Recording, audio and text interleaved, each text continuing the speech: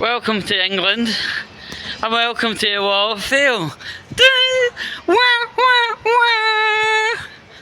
Now, I want to talk about an interesting, messed up journey that I had coming down here. And on the opposite side of the train, this guy, the only thing I really got known at first was he's slowly getting more and more inebriated. And that was that. I was like, oh, alright, whatever. Right. And at one point, I've actually got my security system for my house through my phone, aka the CCTV system. And, I had to excuse myself because it's a bit loud. Right, and I said to him, sorry about the noise from my phone, that's the security system. And I said, not that long ago, we actually had someone trying the door. And what I mean by not long ago, that was about 4 years ago, but you can get the kind of general smell of what's going on. And I said, ever since then, I'm not going to lie, we've got a hammer behind the door. He was like, that's not a good thing to do. That's very unwise. And I said, well, thank fuck I didn't have some kind of religious sword or something. And he went, racism. He was shouting it. And the thing was, the way he was shouting, look at this guy, he's 60-year-old. Right? He was 60 fucking years old. And he was shouting racism. And I know exactly what he was doing. This is a guy who actually is IC1 too, if you know what I mean, as well. That's what I meant by two, right? And he was like, you're racist. I said, you mean racist? Yeah. Actually, you got your terminology wrong. It's actually sectarian if you're getting things right. I'm not talking to you anymore. This is come from a 60-year-old honky-tonk man, and I've just used a term there, but that's about me, so that's absolutely fine. Right? So, look at that, very nice. Getting ourselves back on the swing of what I was talking about, right? And I turned my back to him because, one thing I've learned in life is that you do not give the trolls oxygen. You don't give the situation oxygen, you don't give the troll oxygen, you turn your back and they cannot do a thing. He wasn't that pleased that I turned my back on him, but then again, if he was not talking to me anymore, right? What you do is you turn your back. They've got to a point, and during this kind of not talking to me anymore, right? He said, "Don't make me angry. You make me angry."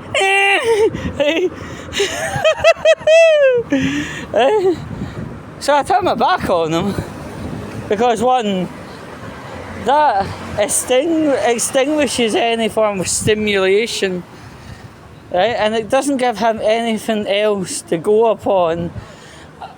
And surprise term, if you turn your back on him and you give him no stimulation, he calms right down. Okay? And he was getting off at the same stop as myself, bastard. But anyway, I kept my back turned to him for the remainder of that journey, aka about 49 minutes. And I think I did okay. It didn't further escalate. He didn't become violent. He didn't do stupid things like fucking press the panic button when there's no panic or anything such like it. And probably the last 5 minutes before we were getting into the city that I'm in, right? He was talking to the people who were opposite him. It's like 2 seats with a table in the middle and 2 seats again, right? And alright. So yeah, and he basically gave the couple that were sitting opposite him in that wee kind of little tranche, right? A micromillimetre version of what had happened. But interesting thing is, I'm actually going to quote it because he apologised to them for shouting and being loud and stuff. And they were like, oh, it's no problem. And basically, the furthest he said was, what I said was under the belt. But beneath the belt? Aye. Right, sorry, but I'm not the best at terminology, right? But anyway, he said, I was beneath the belt, and the guy said, what did he say? He can hear, dickhead. But anyway, we'll get back to that in a minute. So he said, no, I'm not going to say it's below the belt. And that was basically it, right? The kind of micromillimetre description of what went on, but he wasn't referring to what specific was going on. And then I got off the train, and he was actually literally behind me. So as I left the train, I turned right, and then right again as I left the doorway of the train.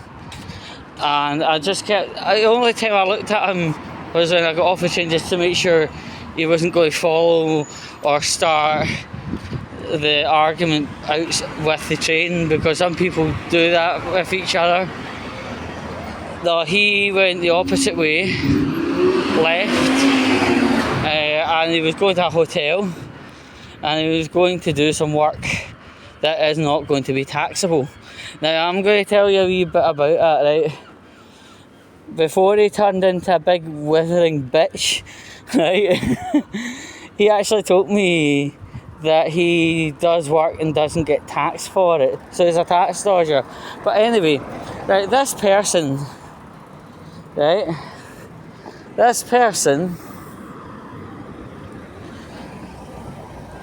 he's a former army squaddy, he's a tax dodger, and as from what I was trying to describe, he's some kind of weird pseudo-social justice warrior. A social justice warrior at the age of 60. He, as I said earlier in the video, he was getting drunker as the train goes souther, if you know what I mean, right? So there's obviously alcohol to take into consideration, so that's that, okay, right? So 1 minute he's some kind of tax dodging worker, a former squaddy, and a social justice warrior of some sort. It's very confusing. Normally a guy has one mindset and one mindset alone, but no, this guy, he had three. And trying to keep up with what he was, that for that minute upon minute basis was difficult. It was difficult, it was weird as anything. But 8 minutes after he was shouting racist at the top of his lungs on a Trans-Pennine Express train, he made a reference to someone who had a dirty face in a family scenario and referred to him as a BLACK-B, if you get me, right?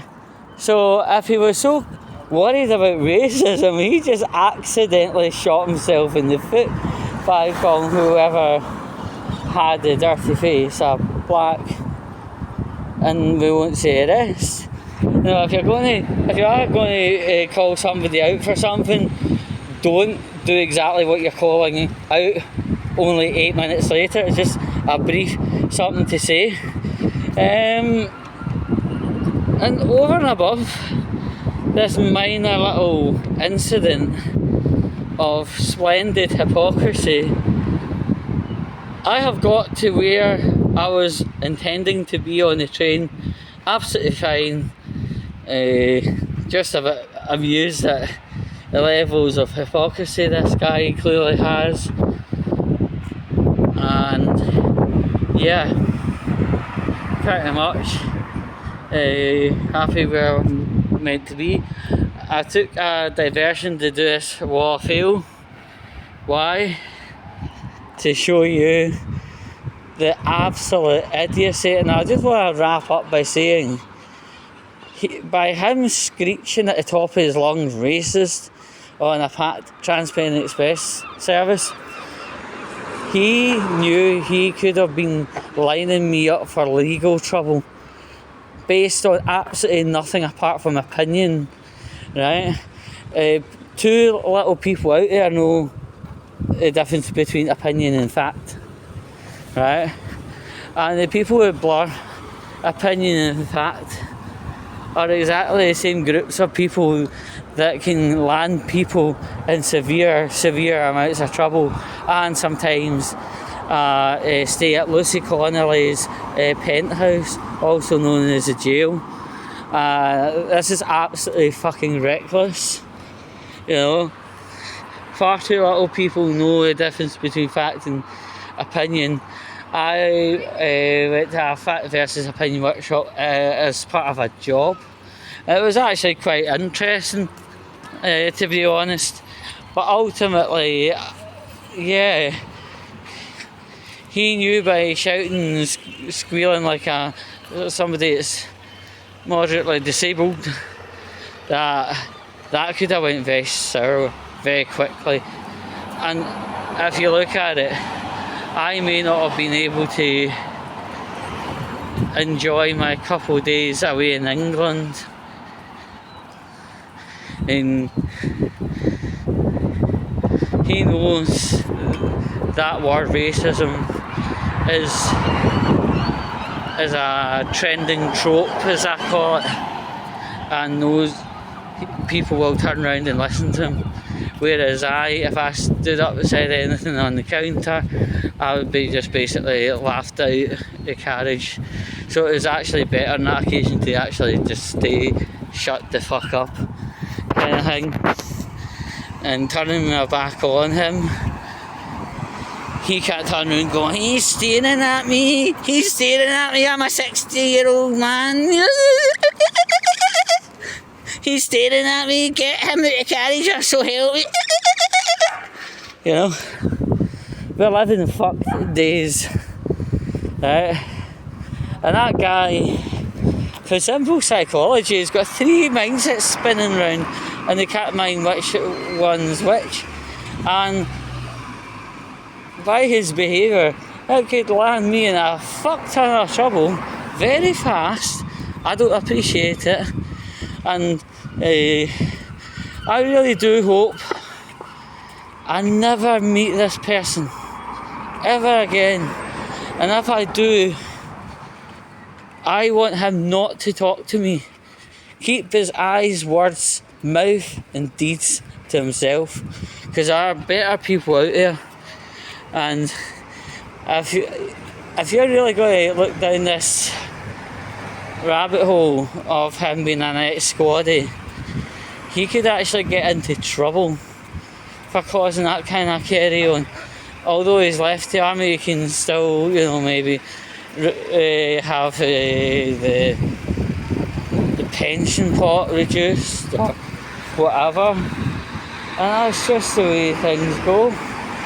You want to act like a dick, then there are punishments that your army majors and all that stuff can still lash out. Just because you've left the army doesn't mean you're not part of the army. Now if you do something apart, well, if you do something and you've somewhat left the army, right, and the authorities find out you're a former army person, yeah, the army can still punish you in retrospect. That's just the way it is. It was an absolute fail of a situation. I've done this about 15 minutes long. It's a bit longer than I will fail, because this guy is an absolute special little dance, right?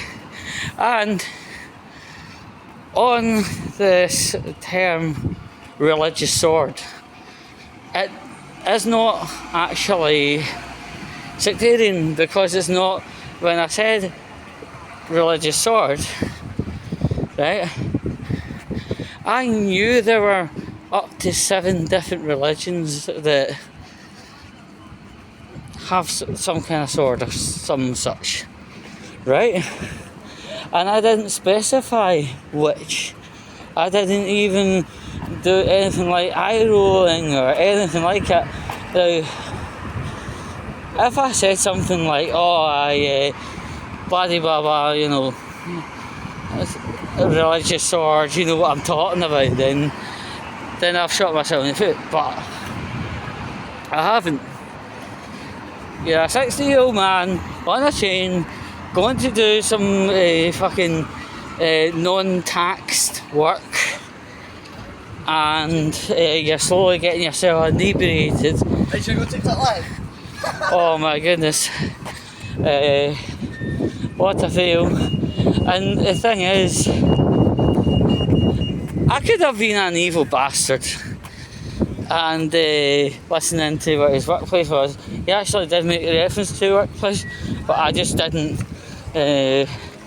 I deliberately did not take anything to do with it, because it's not really my information, and also you've got to be a wee bit GDPR aware of yourself.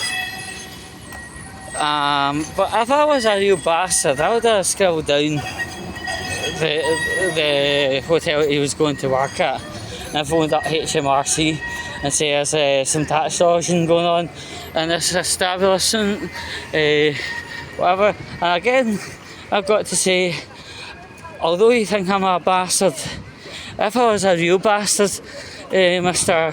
from Hart Hill, right, I'd have sunk you into HMRC.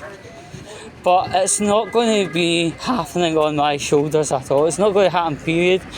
Because when people get caught tax dodging, as an £8,500 fine they get a criminal record, they might even get jail, they might have a blacklisting against all work, where they're just sat on the brew for the rest of the days until retirement date.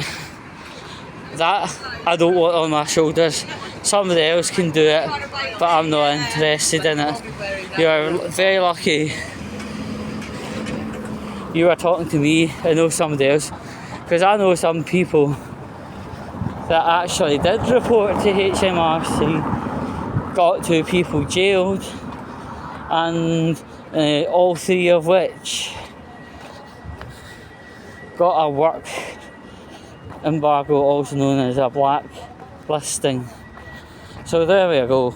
Count it lucky I've just only roasted you. My name is Andy, and I have roasted you in 1080p. Have a nice day. Fuck off.